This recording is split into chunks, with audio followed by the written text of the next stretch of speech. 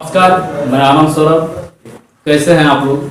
उम्मीद करते हैं इस लॉकडाउन में अच्छा ही होंगे और स्वास्थ्य भी सबका अच्छा होगा। अभी कोविड-19 चल रहा है और इसी बीच में हम लोग न्यूज़ पढ़ रहे हैं क्या चीज़ का, ब्लैक फंगस, फिर जो है वाइट फंगस एंड लेटेस्ट अभी आ गया है येलो फंगस।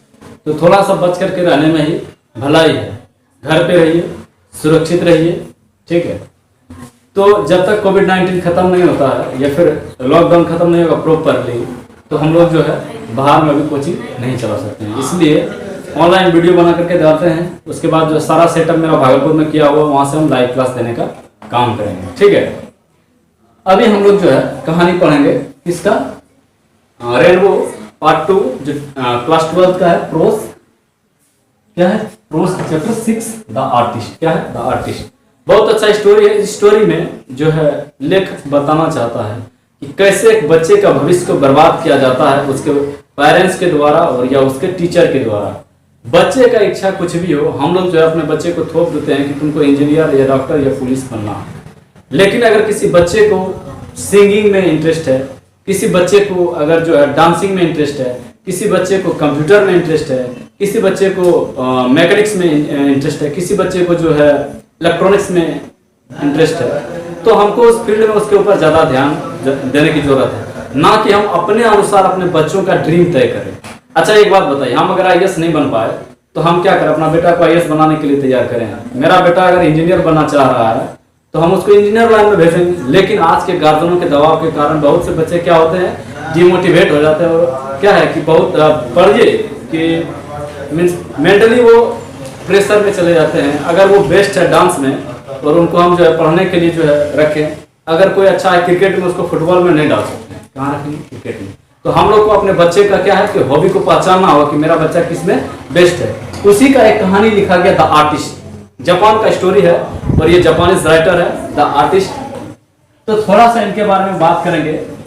बहुत ही सुंदर स्टोरी है। एक 12 साल का लड़का 16 साल का लड़का रहता है सिब्बी, जो गोश्त कलेक्ट करता है, कद्दू, और कद्दू को डिजाइन करके वो जो है बेचता था, यानी कलर करके, और अच्छे खासे दाम मिल जाते थे। लेकिन गार्जियन का कहना था कि आपको नौकरी लेना है या आपको कुछ अच्छा करना है, ये कद्दू उद्दू में कुछ नहीं रखा है। मैं बोलना चाहता हूँ कि बहुत कोई है ऑर्गन बजाते हैं, बहुत कोई ढोल बजाते हैं, बहुत कोई सिंगिंग करते हैं, बहुत लड़की है जो डांस करती है। तो ऐसा नहीं है कि जो डांस करते हैं वो जो है उनको रिस्पेक्ट नहीं है। Whether they are dancer, whether they are singer, whether you are a teacher, whether you are a police, everybody have their self respect. सबको अपना अपना क्या है, मान सम्मान प्यारा है, सबका क्या सेल्फ रिस्पेक्ट है। अगर मान लीजिए एक गायिका नहीं आना चाहती, जबरदस्ती ला सकते हैं? नहीं ला सकते। सो सबका क्या है कि अपना अपना रिस्पेक्ट है। तो अभी हम लोग उसी के बारे में बात करेंगे, द आर्टिस्ट। बहुत अच्छा स्टोरी है, हम तो पढ़ते हैं, इतना सुंदर लगता है। और हम आज भी देखते हैं कि आज हम अपने बच्चे को प्रोत्साहित नहीं करते हैं कि जिस क्षेत्र में जाना चाहता है उस क्षेत्र के लिए तैयारी करिए। अगर उसको बनने का मन है पुलिस, तो हम उसको तैयारी करा देते हैं इंजीनियर का, जो लेना देना नहीं है, कोई लेना देना नहीं रहेगा, वहाँ हम लोग तैयारी करा देते हैं। लेकिन मेरे बच्चे को जानना होगा कि हमारा बच्चा का हॉबी क्या है, ठीक है। तो इस चीज़ को जो है देखिए, और हम उम्मीद करते हैं आप लोगों के साथ भी ऐसा हुआ होगा, क्योंकि इवन आई एम फेसिंग, मेरा ड्रीम क्या है, मेरा पेरेंट्स नहीं जाने। हम अगर अभी कुछ करते हैं तो ये सब कुछ नहीं होगा, सरकारी नौकरी ले लो, बैठ जाओ। सरकारी नौकरी is not everything, government job is not everything, ठीक है। लेकिन फिर भी समथिंग है, गांव के नजर में तो बहुत कुछ है, ठीक है। चलिए हम लोग आगे बात करते हैं, ठीक है। एक जो है कोटेशन कबीरदास का बहुत बढ़िया लिखा गया है कि जिन खोजत तिन पाइए, गहरे पानी बैठ, मैं बपूरा बोठन डरा रहा किनारे बैठ। जो कोशिश करता है, जो प्रयास करता है, वो कुछ ना कुछ ले करके ही हासिल करके आता है। एक गोताखोर अगर जो है नदी में कोशिश किया, डुबकी लगाया है, मोती ना सही कंकर लेकर के आ ही जाएगा। तो उसी तरह अगर हम लोग प्रयास करें, जरूर कुछ ना कुछ अपने जीवन में हासिल कर लेंगे। चलिए, द आर्टिस्ट। द आर्टिस्ट लिखा गया है शिगानोया, इसका जो है ऑथर है, जापान की राइटर है। इसका लाइफ लेसन चला है 1883 से 1971 तक। जन्म इनका हुआ 20 जनवरी 1883, ओसाका डिस्ट्रिक्ट, ओसाका जिला है कहाँ, मियागी, जापान में। मियागी जापान का एक स्टेट है, वहीं का है ओसाका। तो 20 फरवरी 1883 को, इसमें यह नहीं पूछेगा, ऑब्जेक्टिव में आपको पूछेगा कि इसका जन्म कब हुआ था 1883, और मृत्यु कब हुआ था 1971 में। इनका मृत्यु हुआ था 21 अक्टूबर 1971 Canton central hospital of the mutual aid association of public school teachers. तो वहां पर जो है इस हॉस्पिटल में डेथ हुआ था टोक्यो में। कहाँ डेथ हुआ था?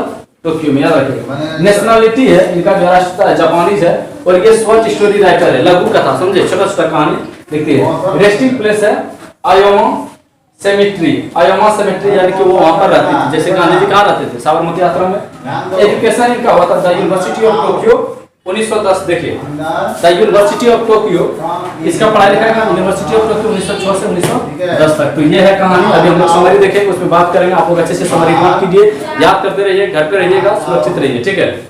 ठीक है, बाहर जाओ वो आओ के बारे में बात करेंगे। The artist is a story composed bye Japanese writer Shiga Noah. ये किसके द्वारा लिखा गया है? Shiga Noah. इस बात को समझिएगा। The story shows the all thinking of teacher and parents toward the students. देखिए ये कहानी इतना सुंदर कहानी, इसको जब आप पढ़िएगा पूरा बहुत ही अच्छा है कि कैसे बतलाता है कि कैसे पुराने सोच वाला शिक्षक, पुराने सोच वाला जो है गार्जियन बच्चे का भविष्य को बर्बाद करके रख देता है, उस चीज के बारे में दिया गया है। बच्चा का करने का मन है कुछ, उसको जो है जबरदस्ती करवा रहा है कुछ, तो उन चीज को हम लोग देखेंगे। The teacher and parents think that spending time except study. इस चीज को समझिए जहां हम मार्क कर रहे हैं। The teacher and parents think that spending time except study is only wasted time. देखो टीचर और पेरेंट्स क्या सोचते हैं कि जो है ना, पढ़ने लिखने के अलावा जो टाइम में आप काम करते हैं, जो लूडो गोटी भी खेलते हैं, तो वो क्या है कि वेस्ट ऑफ टाइम है। लूडो गोटी हकीकत में वेस्ट ऑफ टाइम ही है, लेकिन छोड़िए वो बात कि पढ़ने लिखने के अलावा जो टाइम आप बर्बाद करते हैं, ठीक है, जिस चीज में भी, चाहे वो डांस में करे, वो चाहे आप गाने में करे, वो क्या है? Waste of time. ऐसा शिक्षक और पेरेंट्स सोचते हैं, पुराने जमाना का सोच रखा हुआ। इन दिस स्टोरी, ये कहानी है सीबी का। देखिए इन दिस स्टोरी, इस चीज को समझना, ये ऑब्जेक्टिव में आएगा। In this story CB is 12 year old. कितना था? 12 साल। सॉरी हम उसमें बोले थे 16, ये है 12 साल। 12 year old school going students who was great patiently मतलब क्या समझते? बहुत ही इंटरेस्ट रखता था, बहुत ही चॉइस रखता था, बहुत ही पसंद करता था क्या चीज? इन कलेक्टिंग वर्ड्स मतलब होता है कद्दू। देखो सीबी एक 12 साल का लड़का है जो स्कूल में पढ़ता है और उसको बहुत ज्यादा इंटरेस्ट है क्या चीज? कद्दू कलेक्ट करना और कद्दू पे जो है काम करना। देखिएगा उसको पेंट करना। He is not interested in studying and playing with the students. और उसको ना तो पढ़ने में मन लगता था, ना ही किसी विद्यार्थी के साथ खेलने में। आफ्टर क्लास ही usually wonders about the town looking for gods. और क्या करता था? क्लास के बाद जो है ये लड़का जो है पूरा शहर का चक्कर काटता था पढ़ने के बाद। किसके लिए? तो कद्दू के खोज में ही। पढ़ने के बाद जब क्लास से निकला खोजा, he would sit cross leg. क्या है? Cross legged in the corner on the living room working on his newly acquired fruit. देखो न्यूली एक्वायर्ड फ्रूट, और नया ये जो फ्रूट खोज करके लाता था उस पर ये काम करता था। क्रॉस लेग मतलब पैर पे पैर चढ़ा करके बैठ जाना कॉर्नर में और उसको पेंट करना धीरे धीरे। तो ये देखिए हॉबी होता है। और हम एक बात बताते हैं, किसी भी बच्चे का सपने को कुचलना ये किसी टीचर का भी अधिकार नहीं है, ना ही किसी बच्चे का। लेकिन आजकल का स्टूडेंट बहुत इतना एडवांस है कि पढ़ने बोलिए तो पढ़ने नहीं आएगा, मोबाइल पे बोलिए तो 17 बात कहेगा। तो वो सब चीज अभी देखा गया। हम बोल रहे हैं नू, ठीक है, अगर हमको व्हाट्सएप पर ब्लॉक मारने से, हमको गाली देने से अगर तुम इंटर में पास हो जाओ, तो हम कहते भोरे भोरे टीका लगा करके हम आते हैं, एकदम गाली दीजिए, एकदम व्हाट्सएप पर जो करना है करिए, कुछ होने वाला तुम्हारा नहीं है। इस बात को समझिए, और जितना जल्दी समझ जाइएगा उतना आपके लिए फायदा है, ठीक है। बनना है तो सीबी बन जाइए, उसको हम पसंद करते हैं, और नहीं तो जो है नॉर्मल बनेगा, स्क्रीनशॉट मोबाइल में भरा हुआ, but you don't have even a rough copy, you don't have a rough copy. हम उतना छोड़ते हैं, ऑनलाइन पढ़ते हैं ना, फेयर का बात होता तो रफ का ही हमको एक बार फोटो भेज दीजिए। चलिए ठीक है।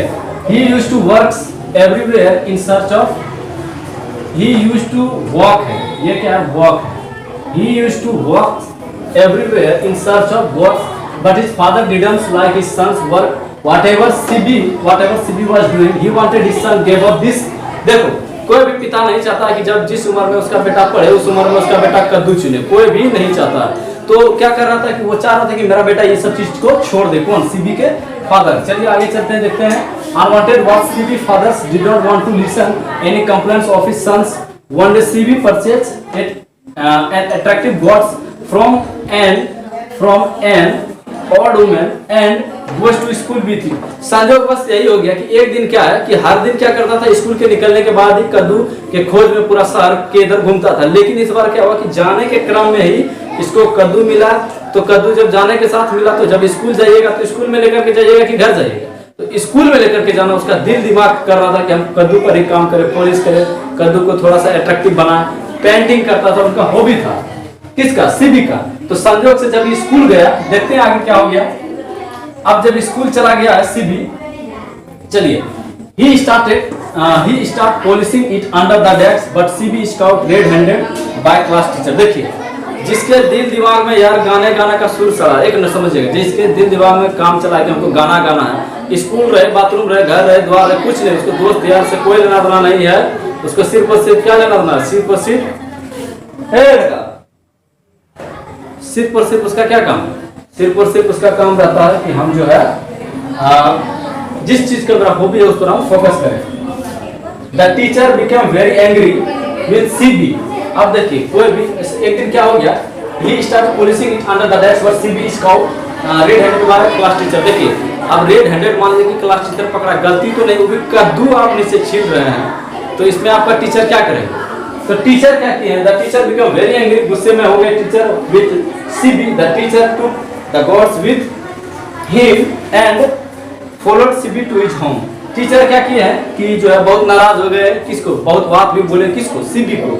उसके बाद जो कद्दू और उसको लेकर के उसका घर की ओर चले, घर की ओर चले। आगे अभी हम जो दिख रहे हैं, ठीक है,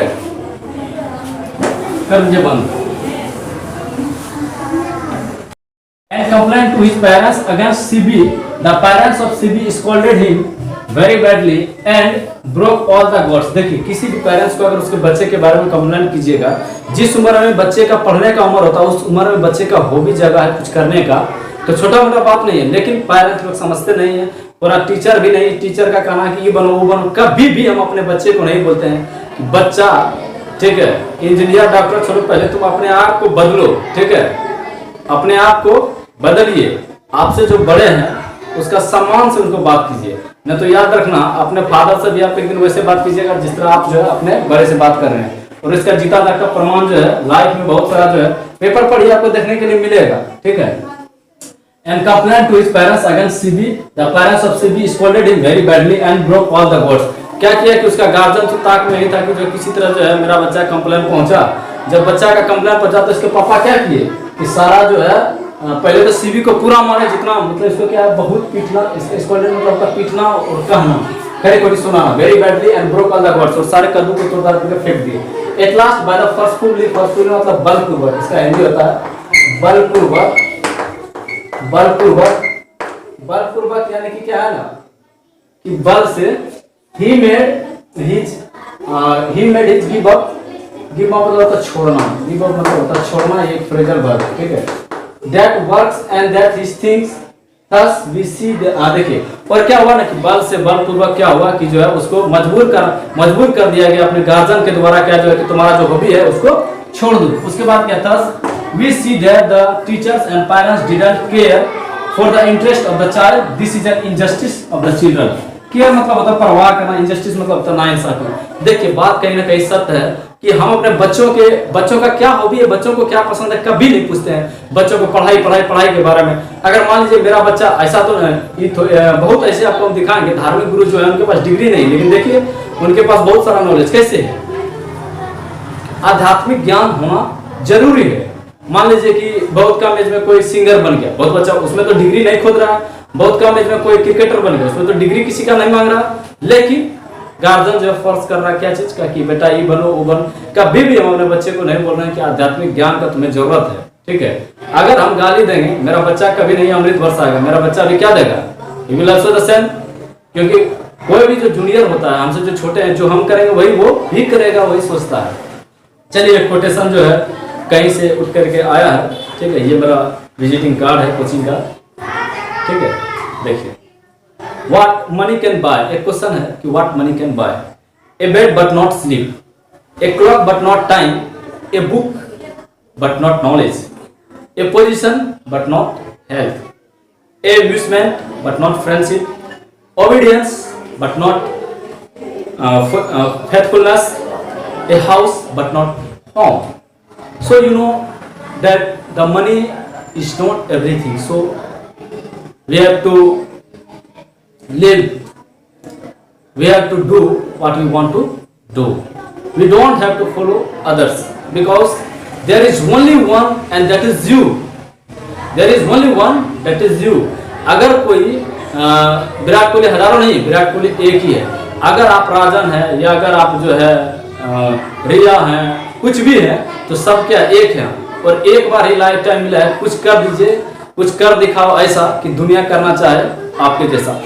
लास्ट में हम बोलना चाहते हैं कि जिस तरह जो है हमारे बच्चों का, जिस तरह हमारे एक ही राज्य में दो भेदभाव हो रहा है, एक का बच्चा इंग्लिश मीडियम में पढ़ करके सारी चीज सीखता है, एक जो है सरकारी विद्यालय में पढ़ करके ना तो वहाँ स्कूल चल रहा, ना ही अभी क्या है, कुछ भी मेरा फैसिलिटी नहीं मिल रहा है।